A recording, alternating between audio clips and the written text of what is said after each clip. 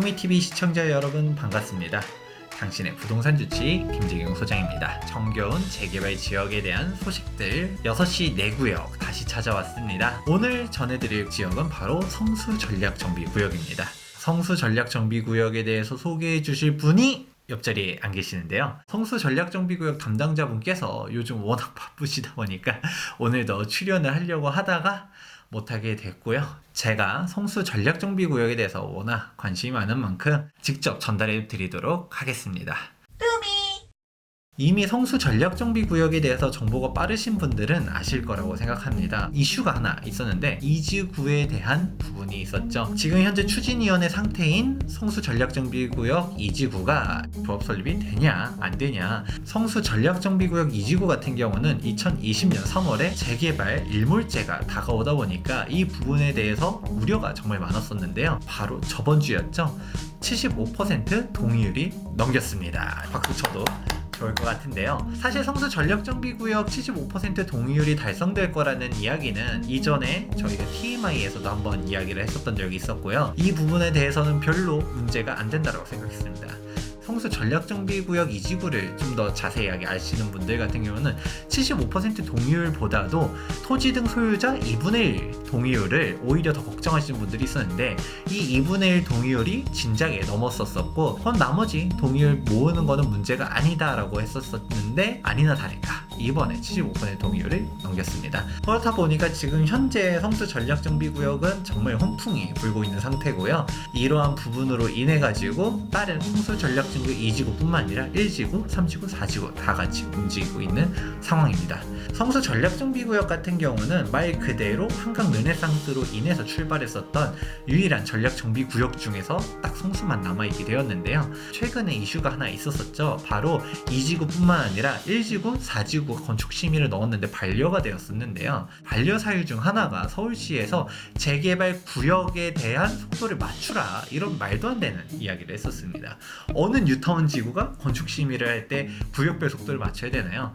하지만 성수 같은 경우는 서울시에서 좀 이런 식의 꼬투리를 잡았지 오히려 남들이 얘기하는 것처럼 50층으로는 건축 심의를 안 해주려고 한다 이런 거에 대한 우려는 없고요. 이런 층고 제한이 아니라 속도를 맞추는 우회에서 좀 클레임을 걸고 있었는데 이지구마저 조합 설립 인가가 난다 라고 하면 이제 더 이상 꼬투리 잡을 것도 없어지겠죠. 현재 1지구부터 4지구까지 거래가 엄청나게 많이 되었고요. 급매물은 다 소진됐다라고 하시면 될 것 같고 물건 찾기도 어려워지고 있는 상태입니다. 현재 성수 2지구 추진위원회 같은 경우는 75% 동의율은 모았지만 보다 안전하게 가기 위해서 한 달 정도 추가적으로 동의서를 더 모으고 있는 상태고요. 빠르면 11월 초 정도에 조합 설립 인가 신청을 접수할 예정입니다. 그렇게 되면 별 문제 없이 조합 설립 인가가 나오고서 1지구부터 4지구까지 완성이 기대가 되는 상황인데요. 가격 동향 한번 보도록 할까요? 아니나 다를까 이미 벌써 정보가 빠르신 분들이 성수전략정비구에 막 다 뒤지고 있어요. 물건들이 들어가는 것들도 되게 많았고요. 급매물 나왔었던 것들 싹 거래가 되면서 가격대가 금세 뛰었는데요. 성수전략정비구역 같은 경우는 1지구부터 4지구까지 너나 할 것 없이 추석 전후로 가격이 최소 5천만 원 이상 뛰었습니다. 어마어마하죠? 이렇게 가격이 급변하는 경우가 쉽지 않은데 한 달 사이에 가격이 5천만 원이 올라가는 게 현재 성수전략정비구역이고요. 아직 대중적으로는 오픈이 되지 않았었죠. 아직 성수전략정비구역 2지구가 아직도 유튜브라든지 기사 검색하다 보면 위험하다 이런 식으로 잘못된 정보들을 올리는 사람들도 있는데 이런 부분들이 다 해소가 됐기 때문에 투자하시면 정말 좋을 것 같습니다.